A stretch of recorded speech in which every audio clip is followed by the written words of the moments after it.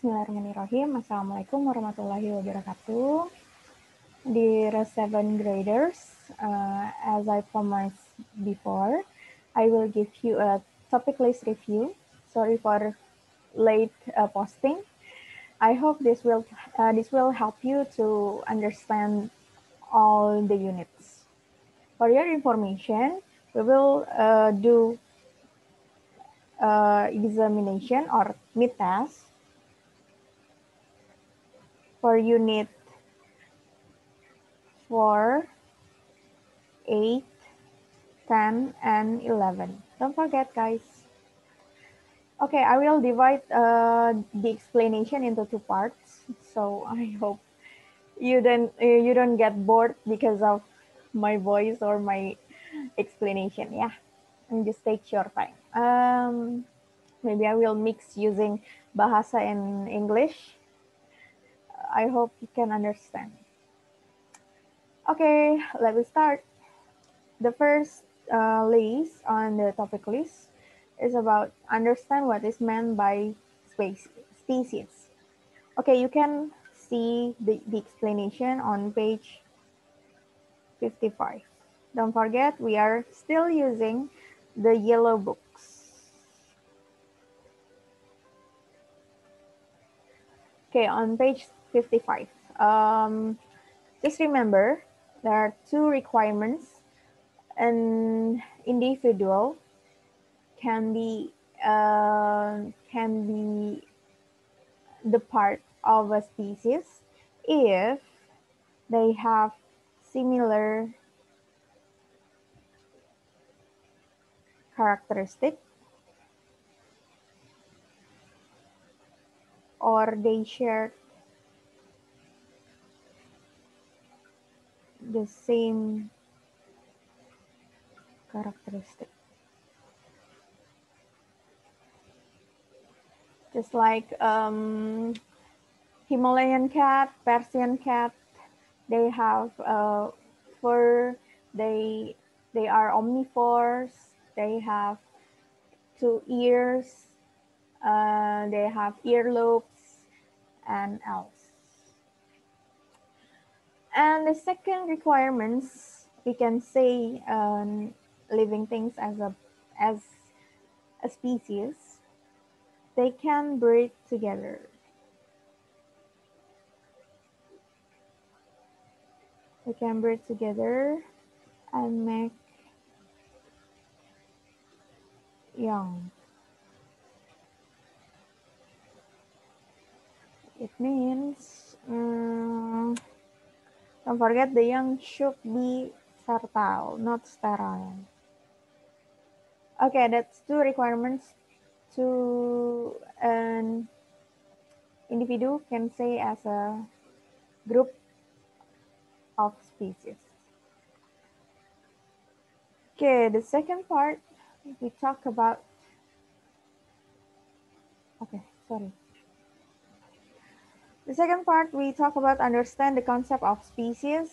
The explanation is same with number 1. Don't forget the 2 requirements. They have to they can breed together to make fertile young, and also they have similar characteristics. If 2 individuals can breed together, but they are make sterile young, atau anak-anaknya itu tidak bisa menghasilkan anak lagi, it means they are different species. Contoh, ingat yang Miss contohkan, ada kuda dan keledai. Ketika kuda dan keledai dinikahkan, mereka menghasilkan anak-anak yang mungkin sifatnya fertile. Jadinya ya udah, berarti kita bisa simpulkan bahwa mereka beda spesies. Gitu. Ya, jadi kalau misalnya anaknya, if the young or new individual is infertile. So the parents are different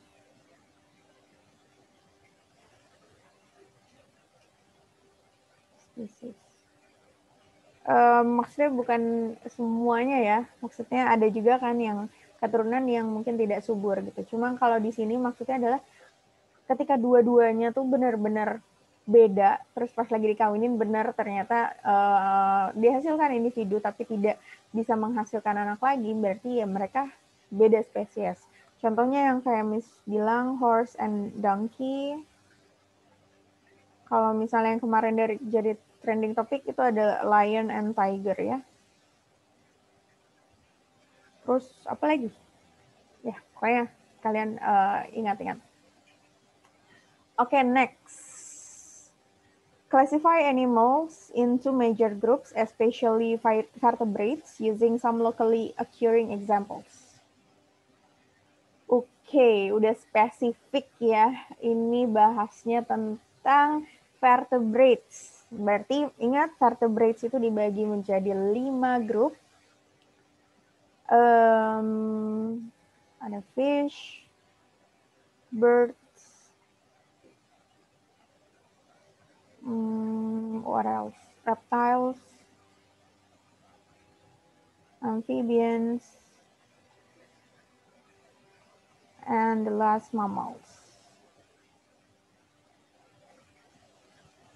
Oke, diingat ciri-cirinya.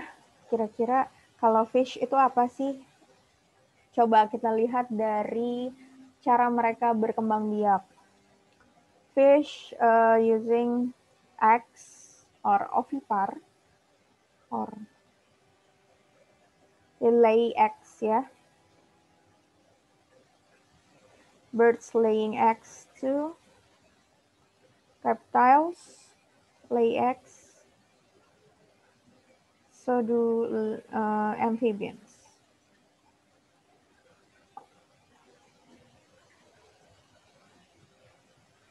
Oke, terus ciri-cirinya apa lagi ya? Oh, their skin.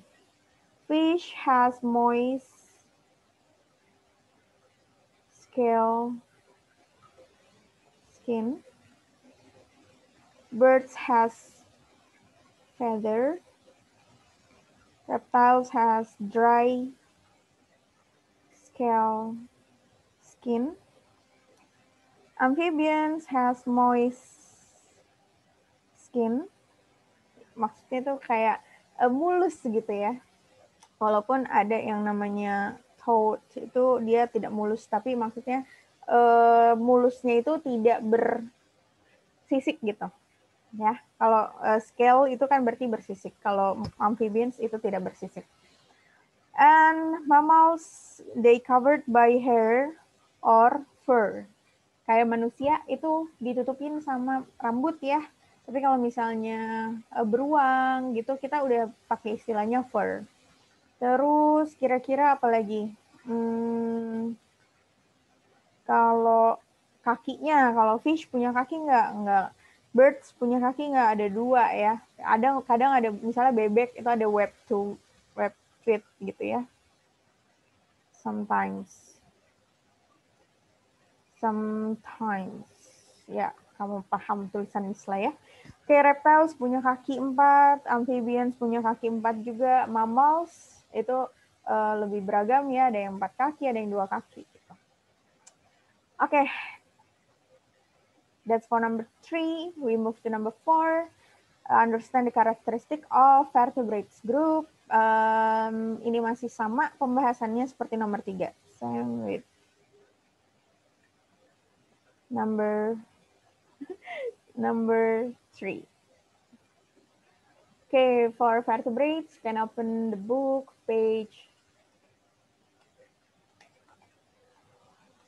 What page? 62.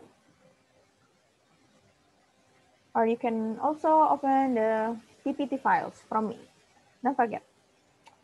Okay, number 5, explain about invertebrates animals using some locally occurring examples using each species characteristics. Wow. Okay, invertebrates. It means they have no backbones, nggak punya tulang belakang. Ini kalian bisa lihat di halaman 64. Page 64 until 65. Invertebrates, ya. Especially for number 5.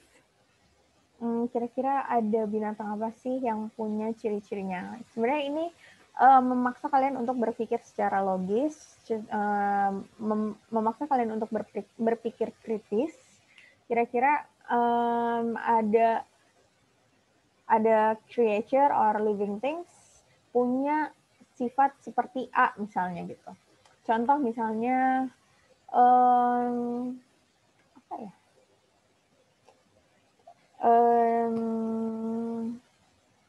Misalnya semut.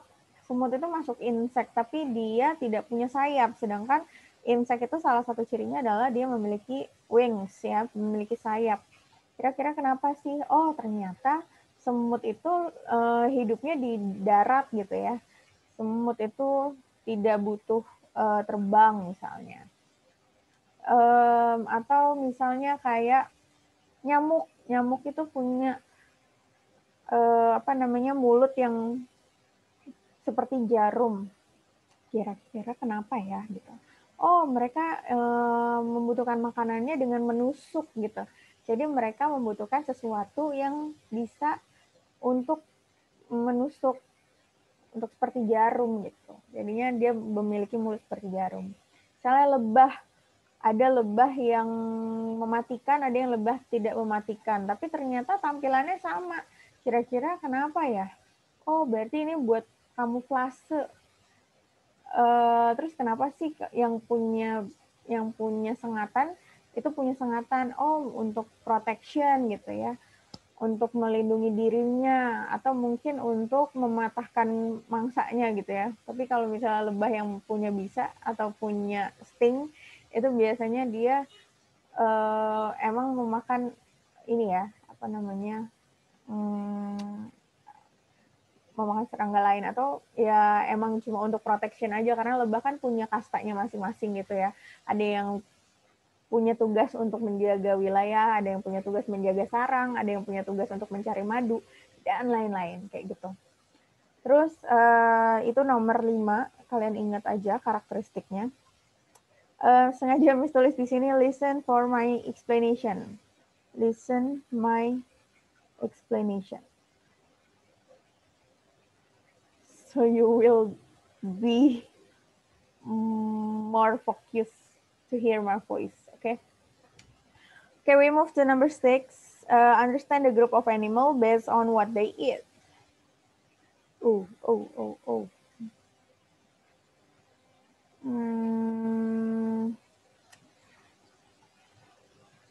Maybe you have to learn about what is meant by herbivore, is meant by carnivore, omnivore, predator, decomposer. Yes, like that.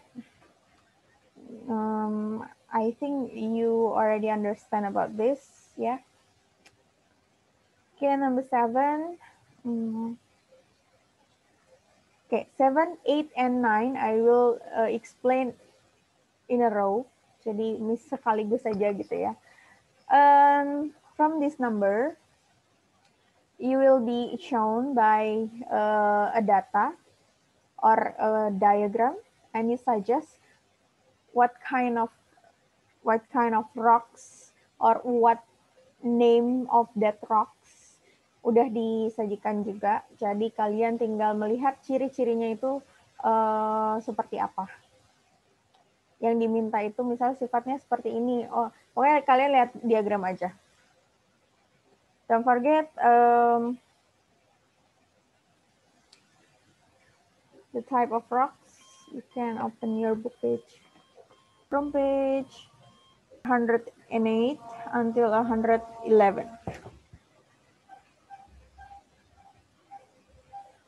Tapi clue aja sedikit untuk yang nomor ini, kalian benar-benar harus memahami diagram yang diberikan. Insya Allah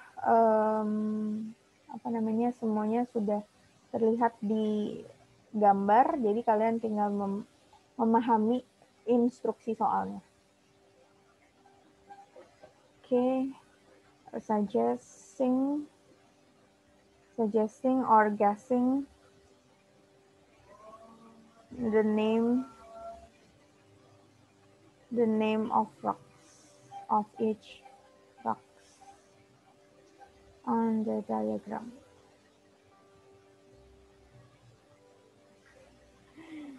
Okay, sorry for my written ya. Tulisanku nggak terlalu bagus, guys. Okay, number 10, 11, and 8. Ini relate sama yang pernah Miss jelasin. Ada 3 cara untuk menguji the hardness or maybe the softness and else of rocks. Nah, di sini nanti kan ingat ya dulu kemarin pernah Miss jelasin, kita bisa scratch using nails, or maybe we can use beaker and water.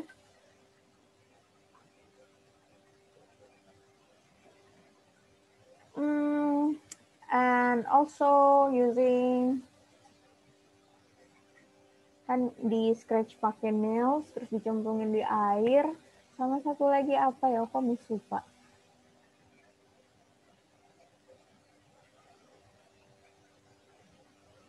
Guys, help me to remember.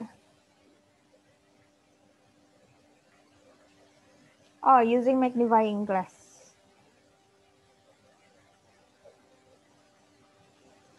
Nah, nanti di situ misalnya nih scratching using nails, terus nanti ini sebenarnya salah satu alatnya misalnya nails gitu ya. Tapi konsepnya adalah misalnya kalian nge-scratch using nails, terus ada yang terkikis gitu ya, ada serpihannya. It means batu tersebut lebih rapuh daripada nails. Tapi kalau misalnya batu tersebut tidak terluka sama nails, sama paku, berarti batu tersebut lebih kuat daripada nails. Paham nggak? Terus misalnya kita scratchingnya pakai benda lain. Benda lainnya itu misalnya pakai golok gitu ya. Golok itu kan sama nails itu kurang lebih sama iron juga. Tapi ternyata ada golok yang misalnya kuat gitu. Nah, pas lagi di scratching, oh dia lebih kuat lagi gitu, nggak ada serpihannya, berarti dia lebih kuat daripada golok tersebut ya. Misalnya goloknya menggunakan koper gitu, tembaga, kan lebih di bawahnya iron ya, koper lebih lembut, tidak lebih keras daripada iron misalnya gitu ya. Atau menggunakan metal-metal yang lainnya. Jadi nanti kalian suggest kira-kira kekuatannya seberapa gitu. Untuk nomor 10, 11, sama 12. Oke, kalau beaker and water ini untuk mengukur density. Jadi batu yang memiliki rongga yang banyak biasanya sedimentary rock, betul nggak? Jadi kalau misalnya batu tersebut memiliki rongga yang banyak, density-nya pasti rendah. Karena pastinya banyak rongga-rongga udara. Sedangkan kalau misalnya kayak metamorphic, misalnya kayak marbles, itu kan dia padat dan tidak punya pori-pori. Nah, berarti nanti pas lagi direndam di dalam air, pasti dia langsung jatuh, langsung tenggelam. Kalau misalnya yang sedimentary rocks, dia agak ambil waktu dulu sedikit, agak mengambang sedikit, terus baru dia nyemplung. Karena udara-udara yang ada di dalam batu tersebut mencoba keluar dulu gitu ya, baru pas lagi rongga-rongga tersebut diisi sama air, akhirnya dia baru tenggelam. Itu untuk mengukur density atau kerapatan. Yang terakhir magnifying glass, itu biasanya kita nanti ngelihat di di batu tersebut itu ada, kalau misalnya sedimentary kan berarti nanti ada rock fragmentnya gitu ya. Atau kalau misalnya metamorphic itu biasanya lurus-lurusnya lebih padat gitu. Nah, kalau misalnya igneous itu biasanya ada kristal-kristalnya. Kristal-kristalnya tuh biasanya titik-titik gini ya. Ada juga yang kristal-kristalnya tuh besar-besar gitu.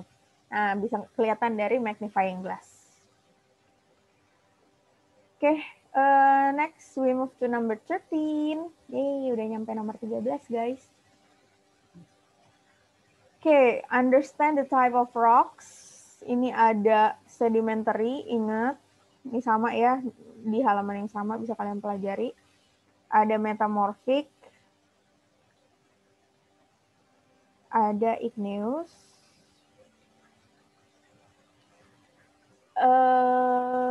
jadi kalian ingat aja, kayak nomor 14 coba. Oh, nomor 14 sudah tentang age of earth ya. Oke, ingat sedimentary itu berarti dia terbentuk dari proses deposit. Dari deposit gitu ya, entah debu, entah fosil, entah tanah, entah pasir gitu. Terus mereka berkumpul nih jadi satu, terdeposit. Terus mengalami proses cementation after that, and then after that cemented. Mengeras gitu. Sampai akhirnya mereka jadi bebatuan. Nih ya. Terus kalau misalnya metamorphic, biasanya itu sedimentary rocks. Yang terkena sama heat and pressure.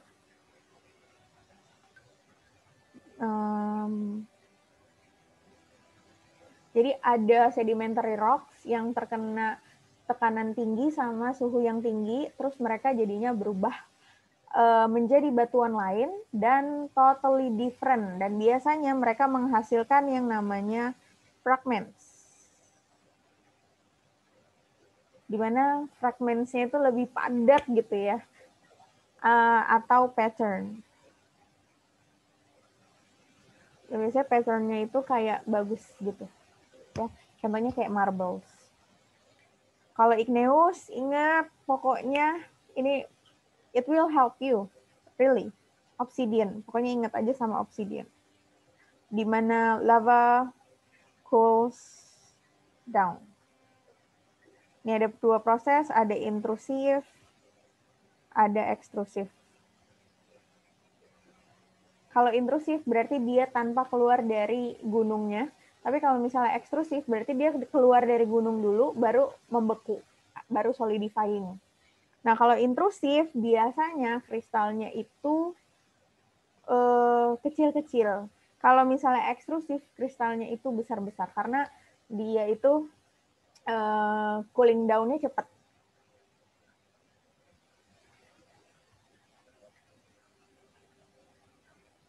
Kalau ini slowly cools down. Okay, that's number 13.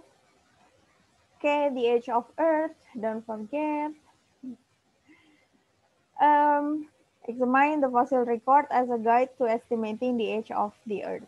Ini akan ada examination, kayak tugasnya arkeolog gitu ya, untuk melihat kira-kira kalau misalnya ada fosil, kira-kira berarti ini ada di usia berapa sih lapisan tersebut gitu ya. Pasti tandanya how to examine the age of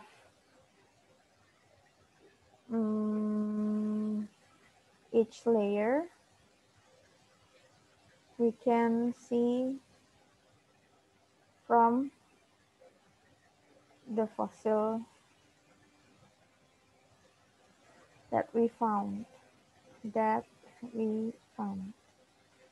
Kenapa? Misalnya nih ada hewan yang ternyata tinggalnya itu cuma 400 tahun yang lalu gitu.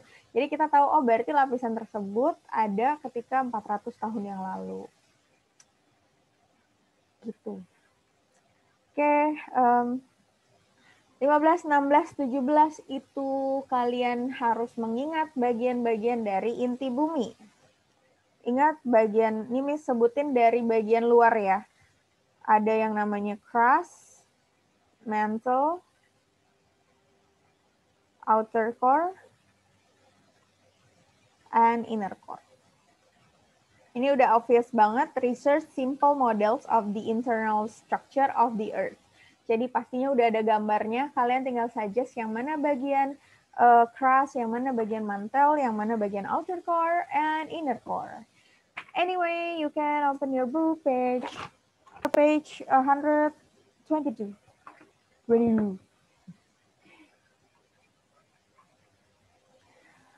Okay, number 18 and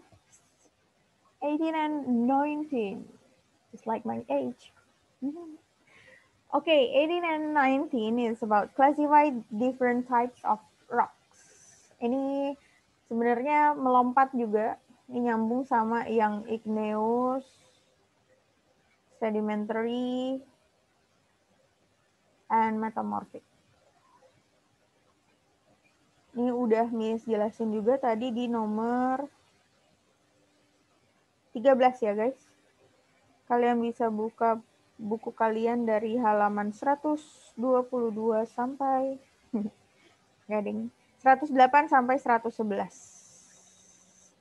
Okay, page 108 until 111. Okay, we move to number 20. Okay, sekarang kita udah pindah ke Earth and Beyond. Discuss the impact of the ideas and discoveries of Copernicus, Galileo, and more recent scientists. Di sini akan ada satu paragraf di mana kalian diberikan storyline gitu. Terus kalian suggest nih siapa duluan nih yang membahas tentang A, B, dan C. Di sini udah obvious banget bahas tentang Copernicus. Copernicus itu yang membahas pertama kali tentang bumi ya. Dan dia itu bilang bahwa, ini yang pernah Miss jelasin di kelas guys, ingat nggak? Copernicus hadir di tengah teori yang berkembang tentang bumi sebagai pusat tata surya ya. Itu yang berkembang di 1500 tahun yang lalu pokoknya gitu ya. Nah, Copernicus hadir dengan teori yang baru yaitu heliocentric model.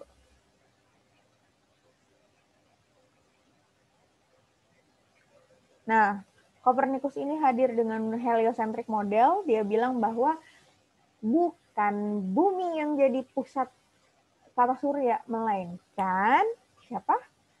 Matahari gitu ya. Nah, dia disebut ridiculous karena tidak bisa menghadirkan banyak bukti. Tapi setelah itu di tahun 1800-an kayaknya ya, itu ya I think 100 ya pokoknya abad 19 gitu, muncullah si Bapak Galileo. Nah, Galileo ini support teori dari Copernicus bahwa enggak ada planet lain yang dikitari sama satelit gitu. Dan ternyata nggak semua benda langit itu mengitari bumi loh gitu. Jadi Galileo supports the idea of Copernicus gitu. Terus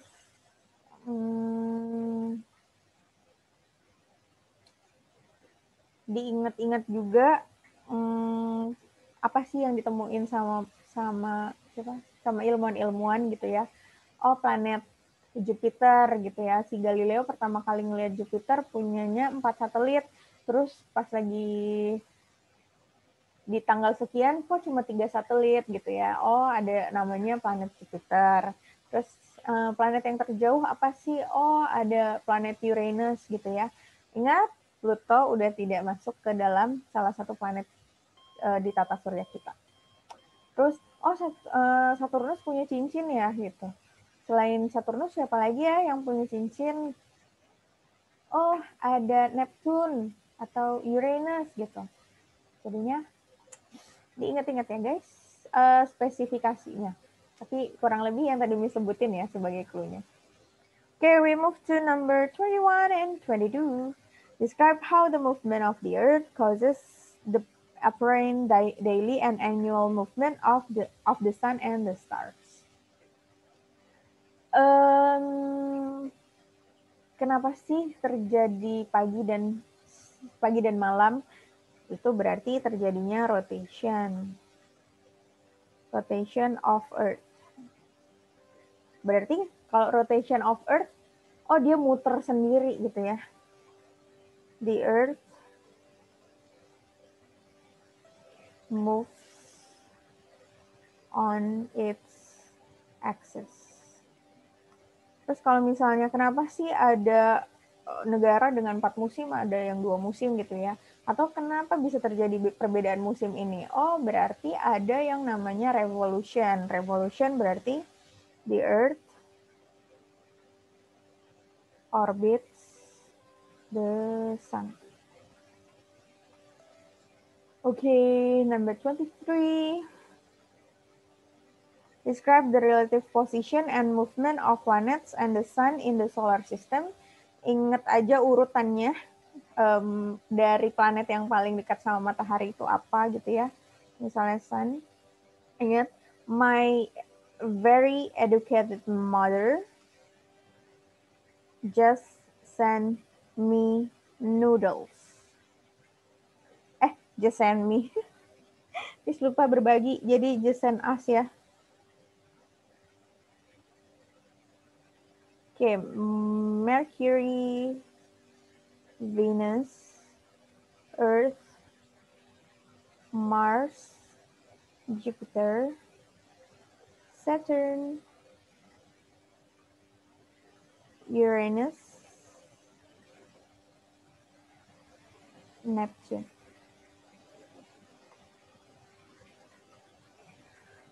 Oke, diinget-inget aja yang mana sih yang paling jauh. Kan ini disebutnya relative position and movement. Misalnya posisi yang dekat sama asteroid belt. Oh, berarti dia di sini nih. Karena asteroid belt itu yang memisahkan antara rocky planets atau istilah lainnya adalah planet dalam ya. Sama gas planet atau outer planet. Oh, berarti yang dekat sama asteroid dipilihannya antara Mars atau Jupiter gitu ya. Oh, ternyata nggak ada Mars, berarti Jupiter jawabannya. Terus kira-kira yang paling jauh, kalau dipilihannya adanya Uranus, Earth, Mercury, Jupiter. Oh, berarti yang paling jauh ya Uranus. Gitu. Yang paling cepat muternya, oh ya pastilah Mercury gitu kan. Yang paling lama, ingat ya Venus, rotasinya dia lebih lama daripada revolusinya dia. Oke, sekarang itu nomor 23 sama 24 sama. Sekarang kita pindah ke nomor 25. Describe the relative position and movement of the planets on path of observation. Ini ada spasinya ya guys. Oke, ini nyambung sama percobaan Bapak Galileo. Kalian baca di halaman read your book, page 173. Okay, describe the relative position of planet with its moon. Jadi nanti kalian lihat aja di tanggal sekian itu posisi bulannya itu ada di mana. Dan ini bukan bulannya si matahari ya, bukan satelit. bukan satelitnya bumi, sorry. Bukan satelitnya bumi, melainkan satelitnya planet lain. Nanti pokoknya ada di soalnya. Kira-kira di situ ada digambar nih, misalnya di bulan sekian yang kelihatannya yang satelitnya banyak kan misalnya Jupiter gitu ya. Kok dari bumi kelihatannya cuma segini gitu ya. Terus di tanggal sekian ini Jupiter, terus ini dari bumi menghilang sekian gitu. Terus nanti ditanya di tanggal berapa Jupiter terlihat dari bumi memiliki satelit sebanyak bla bla bla. Ya. That's number 26. We move to number 27. Research and explain the simple method to observe other planet and its moon position from the Earth. Sama sih kurang lebih penjelasannya sama yang nomor sebelumnya. Tapi ini lebih ke menjelaskan, oh tanggal sekian kenapa ya cuma ada sekian satelit yang terlihat dari bumi. Pokoknya idenya itu ya pastinya kan kita punya yang namanya perspektif ya. Maybe we cannot see the moon that pass behind the planets. So we just can see the moon or satellites that orbiting the planets on the right on or in front and on the left, like that. Okay, number 28. Ini same with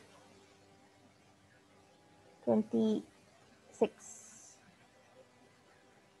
Okay, we move to number 28. Discuss the impact of the ideas and discoveries of Galileo and its improvement. Okay.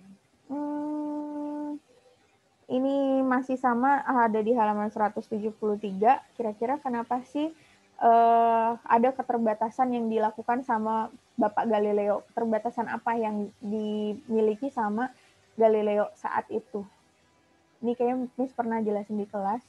Jadi saat itu Galileo hanya bisa melihat 4 satelit yang dimiliki sama Jupiter. Di zamannya Galileo sudah memiliki teleskop. Nah, tapi teleskopnya hanya bisa melihat 4. Galileo can find only 4 because of the telescope is not really good enough like us today. So he found limitation. So he can only found only 4 satellites or 4 moons. Maybe because of the telescope is too small, or maybe the telescope is not so sophisticated like us today, gitu ya. Jadi kalian bisa jelasin di situ. Number 29. Understand that energy cannot. Ini yang Miss bilang. Energi itu Miss cuma keluarin cuma 2 doang. Saking Miss tahu kalau kalian udah paham gitu ya. So, it's about energy. Don't forget, ada yang namanya Bapak Joule, ya, Robert Joule. Dia mengatakan tentang principle of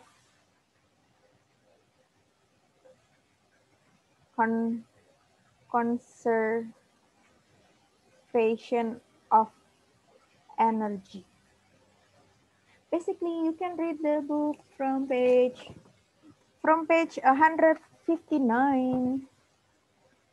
Page 159. Don't forget. Oke, ada 2 statement yang dia buat. Energy cannot be created or destroyed. It can only be changed from one form to another. And also, in any change, there is the same amount of energy after the change as there was before the change. Jadi jumlahnya akan selalu sama. That's for number 29. We move to number 30. Ini kalian ingat aja about energy transfer.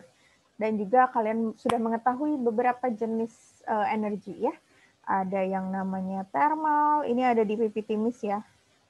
Ada heat, sound, light, terus gravitational, elastic, what else? Electrical. Oke, basically ada nuklir, tapi kayaknya kalau misalnya di soal ini tidak dibahas nuklir karena Miss minta ada contoh untuk energi transfer. Misalnya, sebutkan dua benda yang mengubah atau kan ada input energi, ada output energi ya. Output. Misalnya kompor listrik, oh berarti dia dari electricity become heat. Tapi kan dia ada cahayanya juga ya. Oh, masukin aja nih, light. Oh iya guys, sorry. Thermal and heat itu sama. Ini maksudnya adalah light.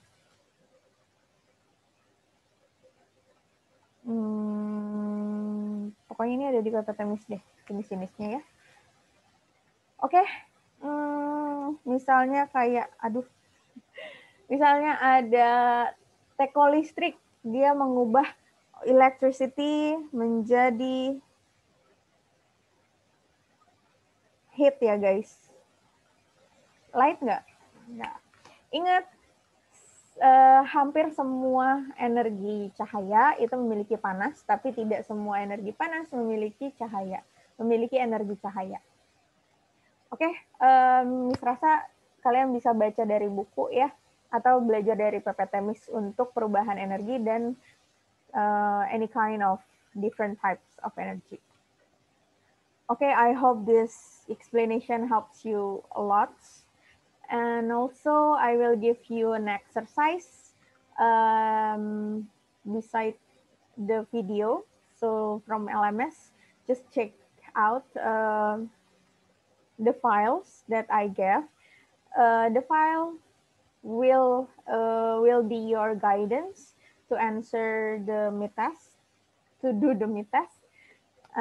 But that's only for exercise. So you don't have to submit it back to me, but it's just for you to prepare your MIT test. Okay, hope you guys tons of luck. Don't forget to start your test with basmalah. Okay, see you around. Assalamualaikum warahmatullahi wabarakatuh.